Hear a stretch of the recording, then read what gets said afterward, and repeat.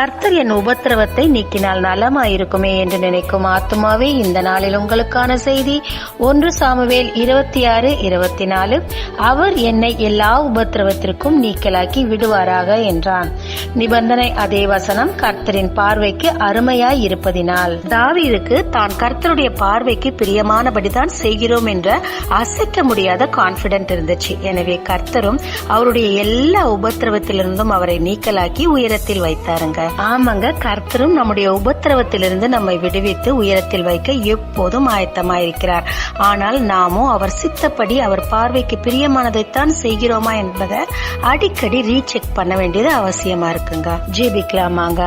தேவரே, நீர் என்னுடைய எல்லா உபத்திரவத்திலிருந்து நீக்கி என்னை விடுவிக்க போறதற்காக உமக்கு நன்றி. ஆனால் நான் உம் பார்வைக்கு பிரியமானதை செய்ய எனக்கு போதிய கிருபை தாரும். இயேசு மூலம் பிதாவே, ஆமென். கிறிஸ்துவின் நாமத்தில் இந்த நாளில் உங்களை ஆசீர்வதிக்கும் ஜீசஸ் விஷன்.